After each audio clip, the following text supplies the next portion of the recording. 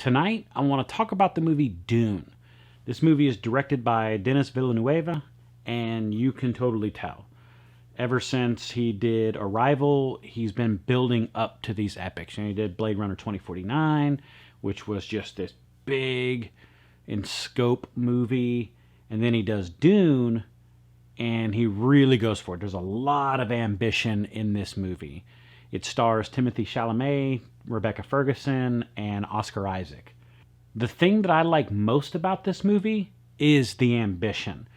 This is a movie that's trying to tell a lot of story in 2.5 hours. 2.5 hours feels like a long runtime, but when you're trying to pack this much story in, he's really trying to spoon feed this to you in manageable bites. I did appreciate that. I don't know a lot about the Dune universe. Just so you know, this is a part 1, and part 2 is contingent on how well this does on HBO Max. I don't know what HBO's criteria is, but as long as it does well, they will greenlight a part 2. Villeneuve was really upset when they decided to release it alongside in theaters with HBO Max, but it honestly probably wouldn't have done that well in theaters. So I think that he'll probably end up getting a part 2 as long as it satisfies whatever their criteria is. So other things I liked is just I love the locations of this movie. Obviously, it takes place a lot in the desert. It's actually just a beautiful film to see. I know Villeneuve was really influenced by Lawrence of Arabia.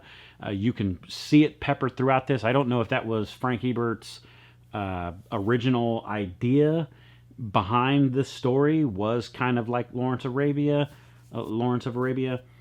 because there are a lot of comparisons to be made, right? We have somebody who looks like he's going to intersperse into this culture, and you just kind of fall in love with these people. That's kind of what the previews lead us to believe. That's kind of what the movie leads us to believe. If you go back and look at the original movie, that's exactly what happens.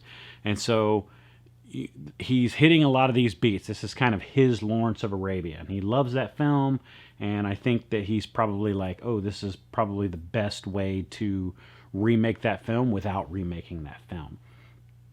Oscar Isaac was magnificent in this movie. I mean, there's just not... He's just magnificent in this movie. I loved him. I loved all the emotion he showed in his face. He's just wonderful. Rebecca Ferguson is a wonderful actress, but I just felt like she was playing 2 different roles in this movie, and she just never seemed comfortable leaning into one or the other. I also think Timothée Chalamet is a really good actor, but in this movie, he's trying to be that one that identifies with these people, but he just comes across as wooden. Now, I don't know if that was on purpose, right? It very well could have been on purpose, because maybe he's not used to dealing with people and used to showing this kind of emotion. So maybe that was a decision that he made as an actor to look that way, like, hey, I'm trying to be empathetic to these people, but it might just come off as pompous, because that's kind of what it seems like at times. But overall, the movie is beautiful. And because of that, because of just the ambition of this movie, and I don't want you to get me wrong, the actors are very serviceable in their roles. They're very good at what they are doing. I felt some of the actors were wasted, but I'll get into that later. But overall, I will actually have to give this movie a 4.0. And the reason on that is because it takes a very large story, and as long as you pay attention in the first 45 minutes, they feed that story to you pretty well. You know what's going on, and if you have ever seen Dune, you know how big of a story it is and how much story it's trying to tell you. And this movie does a good job. It does a really good job at giving you that story. And the reason I say the first 45 minutes is because in the first 20 to 25 minutes, they're really hammering the story into you. And if you don't quite get it, they use some other locations to kind of fill in the gaps if you don't understand. So in that first 45 minutes, you should kind of be on track and understand what's going on. And as long as you understand what's going on, this movie keeps on the rails. And yeah, I actually thoroughly enjoyed it. Now, this is the section I want to try. We are actually going to go into spoiler talk. So if you do not want to know spoilers of this movie, then you can stop the video right now. But I am going to go into some spoilers. So here we go. Josh Brolin is in this movie, and he is completely wasted. All right? He is the general of the family. And, I mean, we're led to believe he just dies. And he doesn't really do anything. There's nothing for him to do. You could have kind of thrown any actor in that role, and he could have done it. I mean, there wasn't even like a glorious death in this. It just, it was just okay. Jason Momoa is in it, and it feels like he's kind of leaning more into his Stargate Atlantis role, but he's learned a lot of things from his roles since then, and so he's kind of taking everything he's learned and putting it into this role. And he was actually one of the things I enjoyed most, even though he's really playing the only thing he really plays nowadays, and that's just kind of a brutish warrior. But he did a good job. He kind of fumbles on his lines a little bit. It's hard to really believe that he's that articulate. I'm sorry, Jason, but it's hard to believe he's that articulate, and so it feels like that whenever he's saying his lines. But I did enjoy him. I did enjoy him in this movie. Timothée Chalamet, he was good, but there's a fight scene at the end of this movie where he kills his adversary, and it just seemed like he was way outmatched. They tried to make it look like he was toying with this person and he could kill him at any time, but I did not get that impression. He looked way out of his element in this fight, and I don't know if he needed to practice more or what, but it just...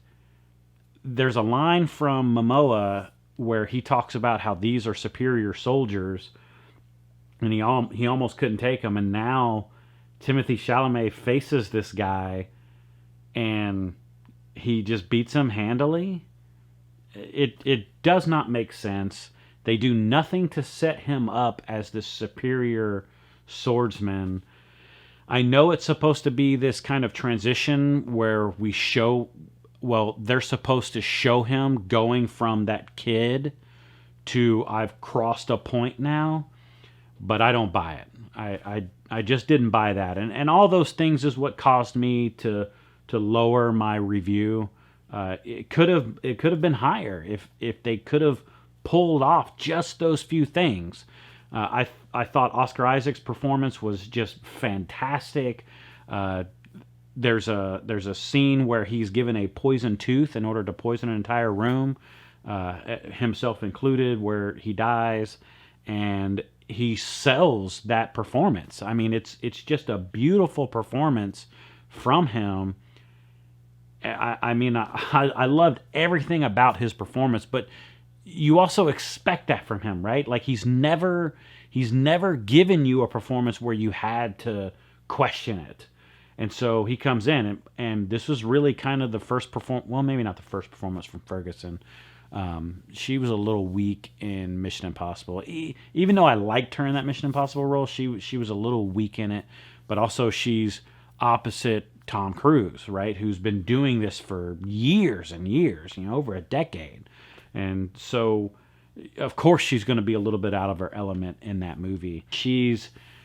I feel like they kind of wasted her talents. I don't really know if they knew what they wanted to do with her. I know she's his mother. She's not married to his father. She's considered a concubine.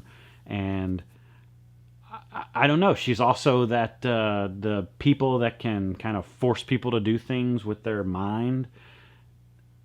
And so she's leaning into that, but she's also trying to show emotion and compassion to her son. And one of those falls off, and it really is the emotion and compassion towards her son. You don't feel it. You feel like she's just trying to save him in order to save herself. That may be what plays out. right? We may see that in part two, but it didn't feel like a mother's love, even though they set up to make it seem like it was a mother's love. And so it just didn't feel like that. And again, I think it might have been the direction that she was given, just because she's playing this part where she's kind of in both roles. She's the role of his mother, but she's also this role in this kind of protectorate where she's supposed to be protecting him. So I don't know what they're going to end up doing with that role. But anytime she has to do action-y roles, I feel like, okay, The Greatest Showman I thought was probably her one of her best performances that she has ever given. I mean, I absolutely loved her in that movie. And I feel like, and it could just be me, right? Maybe I'm typecasting her into these types of roles. Maybe I need to let go and just let her do the roles that she wants to do. I don't know. But I feel like anytime she does action roles, it just doesn't work. Like, what character are you trying to be? Because you're not selling the other one. You know, we can only see this one. And if you're supposed to be walking both sides, you're not doing a very good job. And if you're not convincing me, you're definitely not convincing them. You know, the people that are over it. And again, we may have a lot of these questions answered in part two, but they certainly were not answered in part one. And that's even if there is a part two. There may not even be a part two, right? I mean, I said that HBO Max is probably going to greenlight, but man, I don't know. I don't know what their criteria is. You know, what if they just say, nope, it's a stinker? And I know Villeneuve was adamant. It's like, this needs to be released in theaters. But dude, if you would have just been released in theaters and not on HBO Max, there is a 0% chance part two gets made. Now at least there's hope. At least there's hope. And I know a lot of people are really looking forward to this movie. So you'll probably get a lot of people watch this on HBO Max, which will probably greenlight your part two. Part one, I feel like was definitely worthy of getting us a part two. I think we should see his vision. I think that this was a better adaptation than Blade Runner 2049. Even though I loved Blade Runner 2049 for what it was, but I understand why it did not have commercial appeal. This one I feel like would have commercial appeal. I feel like Dune is popular enough. Because if you go back to the original Blade Runner, yes, it holds a special place in the hearts of the people who like that movie. But for a very broad audience, most of them are going to be like, oh yeah, I saw Blade Runner. But they're not going to really remember all the nuances. They don't know how many cuts exist of this thing. If you say, was Frank Deckard a replicant? They don't know. They're not thinking about that. And so when Blade Runner 2049 was made, all the people who said, I just kind of didn't like it, I understand why, right? That movie was made for a specific group of people. But Dune, I feel like, has much broader appeal.